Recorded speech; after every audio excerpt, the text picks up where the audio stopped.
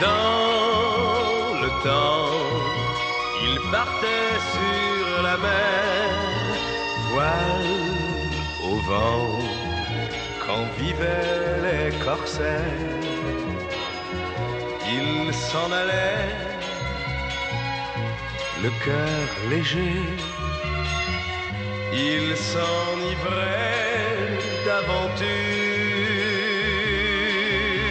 Dans le temps, il chantait sur la mer, voile au vent, il vivait les corsaires. Au jour le jour, mais pour l'amour, il n'avait que la mer, les corsaires.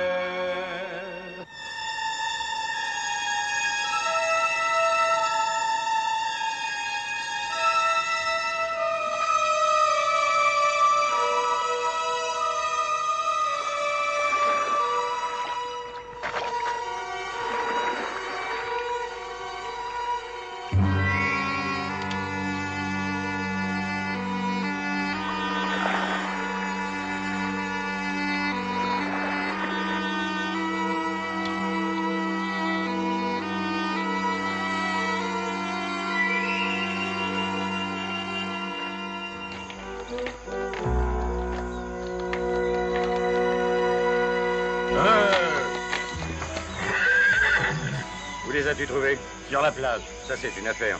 Va chercher Oxmana, vite. Hé, vous! Et vous, là? Posez-le là. Doucement. Avec précaution. Ah, ça va. Par ici.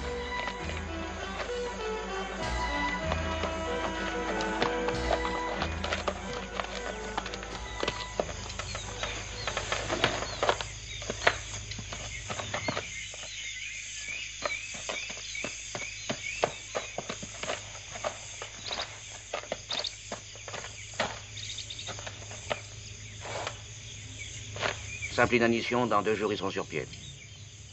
Portez-les chez moi. Allons, au travail, vous autres. À midi, c'est la bonne heure.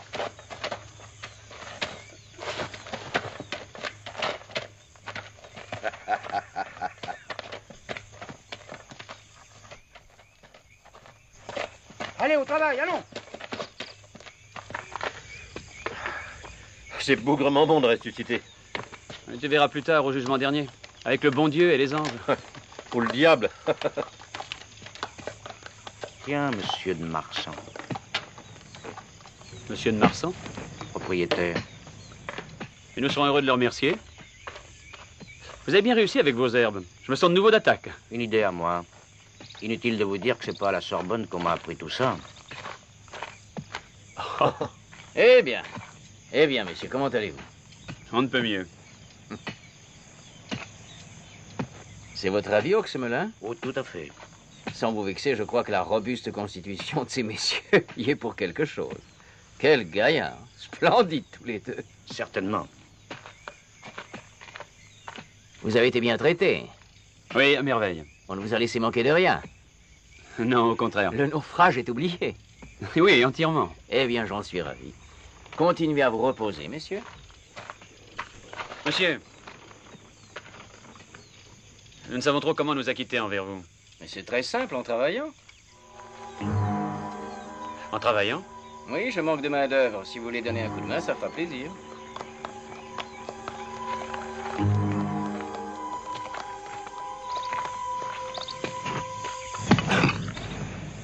C'est bon, monsieur de Marsan. Il n'aura pas obligé tes ingrats. Regarde, le chirurgien travaille aussi. Peut-être que ça lui plaît. Ça m'étonnerait. Ah non! Vous avez accepté de travailler. Travailler? Sans ça, c'est pas la peine. C'est encore long, ce canal? Jusqu'aux sources. En haut de la colline. Eh ben. Te plains pas. Dans la forêt, c'est encore plus dur.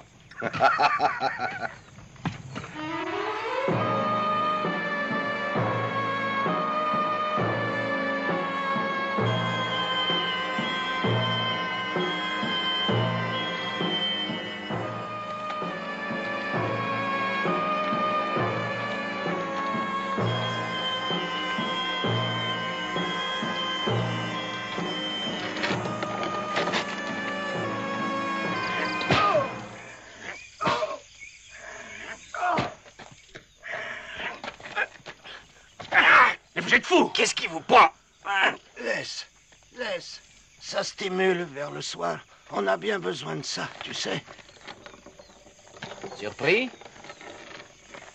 Vous tolérez ça. Eh, mon cher, le travail. Et si l'un d'eux en meurt? Oh, la perte ne sera pas grande, hein? Vous n'avez pas le droit. Que voulez-vous, c'est un pays où on apprend à mépriser les hommes. On n'y trouve que des nègres, des Indiens et des 30 mois. Les 30 mois. Ben ça, des gens que nous vend la Compagnie des Indes. Elle leur paye le voyage à charge de travailler gratuitement pour le colon qui lui rachète leur contrat. Au bout de 30 mois, ils ont le droit de s'installer. C'est intéressant dans le fond, non? Vous devez être malheureux de vivre dans un pays où vous méprisez tout. Ah, mais je n'ai jamais dit que je méprisais tout. Parce que s'il n'y a pas d'hommes, en revanche, il y a des arbres. Des arbres? Mais quels arbres? Tenez, montez sur la colline là-haut et vous le verrez. C'est là que commence la forêt. Eh oui. Les arbres sont les seules personnes que je respecte. Mais les hommes... Ah non. Allez, venez.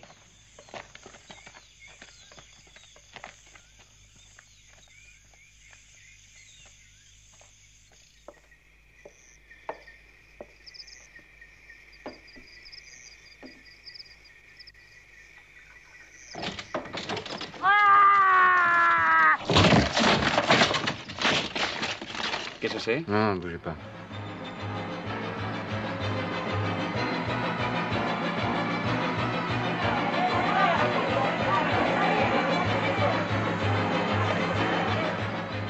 Non, ce n'est rien, c'est la tour qui était mal calée. Demain, ce sera réparé. Un boucanier! Vite!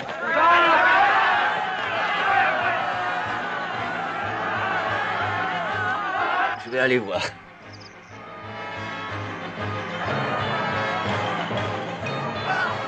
Allez, emmenez-le.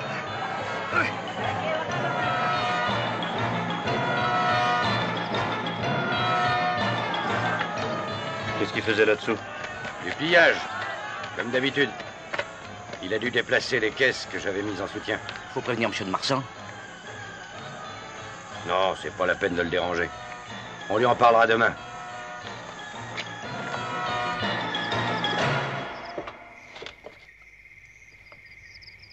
Dites-moi, pourquoi ne pas vous établir ici? Non, moi c'est décidé, je vais à Saint-Domingue. Saint-Domingue? Oh, c'est déjà l'Europe, Saint-Domingue. Et alors? Ah non, ne me parlez pas de l'Europe. Un pays où il y a toujours quelqu'un pour vous dire ce qui est bien et ce qui est mal. Ça ne me gêne pas. Ah, bah, parce que vous n'avez pas goûté à la liberté. Pouvoir faire ce qu'on veut. Sans roi, sans curé, sans gouverneur. Ça, c'est une merveille. Puis-je vous poser une question? Je vous en prie. Au sujet de vos ouvriers. Pourquoi sont-ils aussi vaillants? Ah, vous avez remarqué ça. Traités comme ils sont. C'est que j'ai inventé un procédé diabolique pour les faire travailler. On peut savoir? Je les paye. Vous les payez. Oui, c'était tout simple et fallait y penser. D'autant que j'ai perfectionné le système.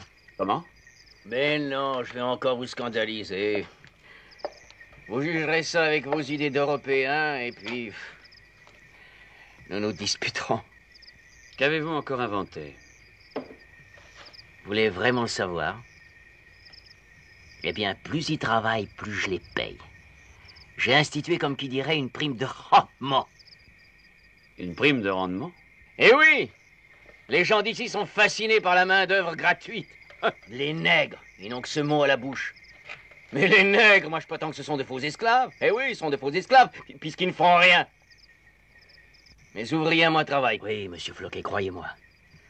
Seul l'appât du gain peut vous donner de vrais esclaves. Des gens qui se tuent pour vous servir. C'est logique, non? Mais assez révoltant. Vous abusez de ces hommes. J'abuse. Je les pousse un peu. Jusqu'à l'épuisement. Bah, si tout le monde y trouve son compte. J'aimerais bien connaître leur compte à eux. À vos ouvriers. Je vais vous le dire. Il ne doit pas être lourd. Eh bien, leur compte, c'est que dans 30 mois, ils commenceront leur exploitation personnelle avec un pécule. Ça n'a peut-être l'air de rien, c'est un détail, mais grâce à ce détail, ils seront probablement les seuls à réussir. S'ils ne meurent pas avant. Ah, mais ce n'est pas un pays pour les faibles, c'est vrai, mais qui puis-je? Vous croyez que la forêt fait du sentiment, elle? Vous savez pas quel adversaire ça peut être, la forêt d'ici. Coupez un arbre, le lendemain, vous avez une tige. Vous arrêtez le travail, 8 jours après, vous avez des broussailles. 1 mois, tout est à refaire. C'est l'hydre sans tête. Je n'ai jamais rencontré d'hydre. Excusez-moi. Ferrand? Oui, monsieur. Comment déjà? J'ai pas pu passer.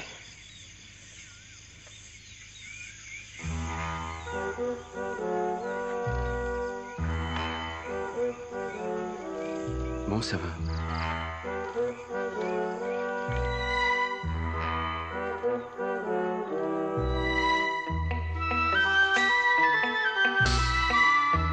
Demande ce qu'on fait sur cette route. Convoyer l'argent de ce salopard. Salopard, c'est vite dit. Ouais. T'as pas vu comment il traite ses hommes? Et moi, quand j'étais officier sur les bateaux, tu crois pas que j'étais exigeant avec eux? Oui. C'était la guerre. Justement. Je me demande si c'est pas une sorte de guerre, de s'attaquer à ces pays neufs. Enfin, ce qui me console, c'est qu'on a la paix des ouvriers. Allez, Hue!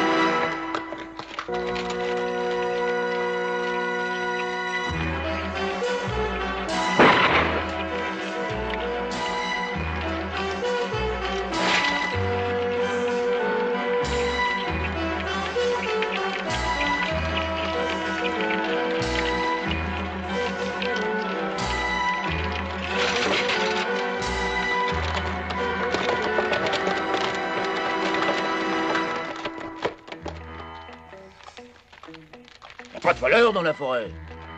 Il y a que des gens qui se défendent. Vous vous défendez un peu fort, vous trouvez pas? C'est de sa faute aussi. À qui? À Marsan. Il nous prend des terrains sous prétexte qu'il les a payés. Tu trouves ça bien, toi? S'il les a payés. Et alors? On était dessus avant lui. Ben, c'est pas une raison. Oh, discute pas, ouais. Vous êtes des voleurs et puis c'est tout. Et lui, le voleur. Il paye ses ouvriers, il les vole. Il paye la forêt, il nous la vole. Je sais pas comment ça se fait, mais les gens qui ont de l'argent volent toujours ceux qu'on n'a pas.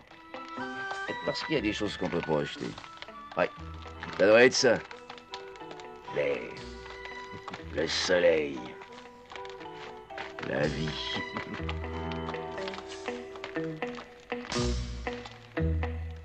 Ah, tu peux pas savoir ce que c'était, cette île, avant que Marsan arrive. Pour les chasseurs, un vrai petit paradis. Au début, il a commencé à défricher, on n'a pas bougé. Mais à la longue, il a bien fallu qu'on se fâche. Pourquoi? Il y a de la place pour tout le monde? Oh ben, crois pas ça. L'île est pas si grande. On est je sais pas combien à boucaner. Si ça continue, on se lance sur les pieds, pas vrai? C'est pas une raison pour attaquer sa caisse. Sa caisse? Mais dis donc, d'après toi, pourquoi c'est faire tout cet or? Pour payer ses ouvriers? Ah oui, bah c'est pour se payer son bateau d'armes, oui. Quel bateau d'armes? Eh ben celui qui l'a commandé, à Hispaniola. Qu'est-ce que vous racontez? Mais oui, parfaitement, son bateau d'armes. Oui, il dit bien. Son bateau d'armes.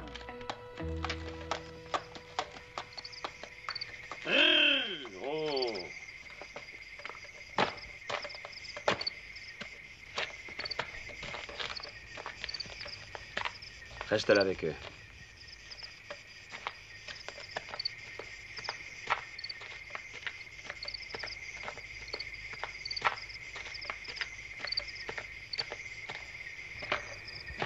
Alors, ça y est, tu es passé? Oui. Et désormais, ne comptez plus sur moi pour vous rendre ce genre de service. Pourquoi? Qu'est-ce que c'est que ce rôle que vous me faites jouer? Ce rôle? Oui. Vous me demandez d'escorter votre argent. De le défendre au besoin contre les bandits. Mais finalement, il ne s'agit pas de bandits. Ah non? Non. C'est des gens avec qui vous avez des contestations de terrain. Comment sais-tu ça? J'en ai capturé 2. Lesquels? Pipe en gueule et tir sec. Eh bien, tu as vu les gens que c'était? Je les ai trouvés très sympathiques. Ah oui, ça pittoresque. Avec leur quartier de viande crue à la ceinture et leurs vêtements tachés de sang. N'empêche qu'ils ont le droit de vivre. Pas sur les terrains qui m'appartiennent, en tout cas. Hein, je vois qu'ils ne vous accusent pas pour rien. Ils m'accusent de quelque chose? Oui, de vouloir les tuer. Ah, c'est pas si mal vu. Ainsi, vous l'avouez. Qu'est-ce que tu crois, que je vais m'en cacher? Il n'y a pas de tribunaux ici. On est bien obligé de faire la police soi-même. Dans ce cas, vous m'excuserez. Et cette petite guerre ne me regardant pas, moi, je les relâche.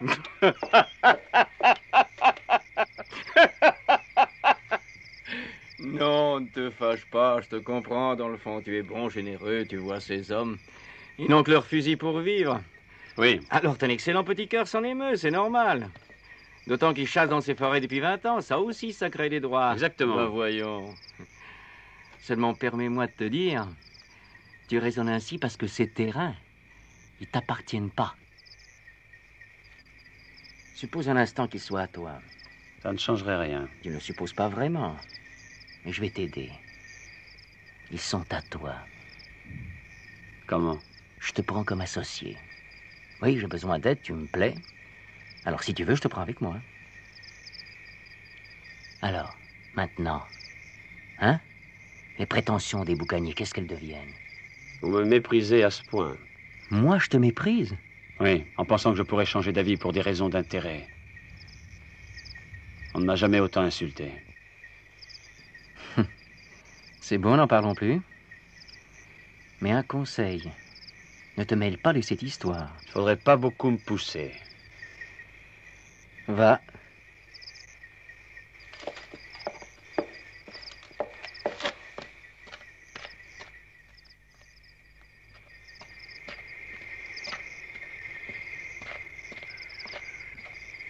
On part, je trouverai bien un bateau. Moi, je reste. Avec qui? Avec moi. J'ai besoin de personne pour aider ces braves gens. T'occupe donc pas de cette histoire. Laisse-les s'arranger entre eux. S'arranger comment? Comme ça?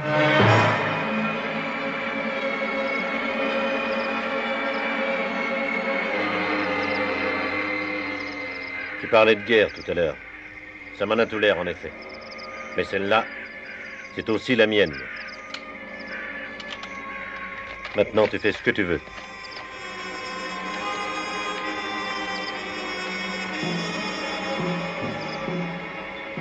À nous deux, monsieur de Marsan. Allez, allez, debout, debout les enfants! Pour vous mettre en train, je vous ai fait un morceau de taureau grillé. Y a rien de mieux au réveil. Alors, vous êtes arrivés?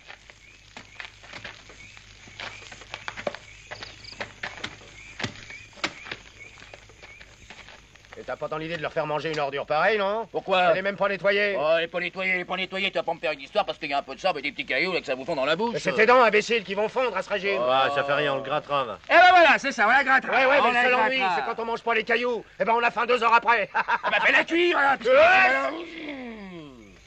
Il se croit le chef parce qu'il est né avant moi, je vous demande un peu, hein, ici, hein, si je m'entendais pas, tiens, c'est 2 calculs de la figure que tu prendrais, et vite fait. Ah, vous vous disputez tout le temps, mais dans le fond, vous vous adorez, hein. Qui, moi, adorer ce matafia? Ah, si c'était pas mon frère, sache que je rousse.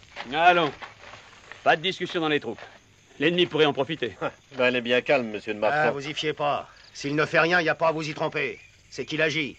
Je parierais ma réserve de poudre qu'il prépare un grand coup. Tiens, c'est gentil de nous faire visite. Un médecin va de l'un à l'autre. J'ai pas à prendre parti. Et puis, j'aime bien venir vous voir. Ça me permet de faire un peu de beauté. Dites-moi, Oxman, C'est pas dangereux de se déplacer dans la forêt sans autre arme qu'un herbier? Il n'y a personne de désagréable dans la forêt. Ah, et les Indiens? Braves gens. Un peu anthropophage? Oui, mais ils n'aiment que les Anglais. Ah bon? Oui, il paraît qu'ils sont moins salés. Pour un peuple de marins. En tout cas, je vais vous dire, les Indiens, ils reconnaissent notre coup de fusil. Alors, moitié par crainte de la poudre et moitié par dégoût du sel. Ils vous fichent royalement la paix. Royalement. À toi la tabale!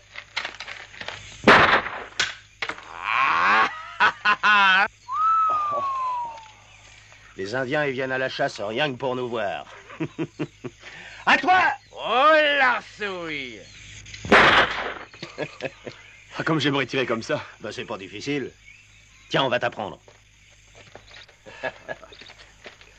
Tu te tiens sur la jambe gauche, hein, puis tu serres la crosse comme ça, hein, et tu vises le rocher blanc. Là. Hé, Entrez! non, ce sont des amis. Mais vas-y, ils n'oseront pas, ils ne les connaissent pas. Une flèche rouge. Ils ont quelque chose à nous dire. Alors, hein, les gars, qu'est-ce qui se passe?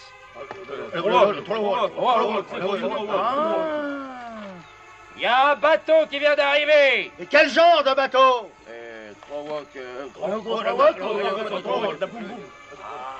C'est un gros bateau!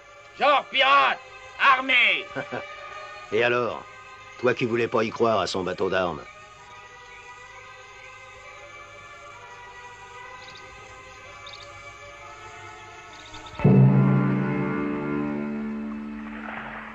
Dans le temps, il vivait sur la mer, dans le vent, mille et une de misère. Mais il chantait, le cœur léger, il se couvrait de blessures. Dans le temps, sans pays, sans frontières, sous le vent, il regrettait la terre. Mais tous les jours, leur grand amour, c'était la mer, les corsaires.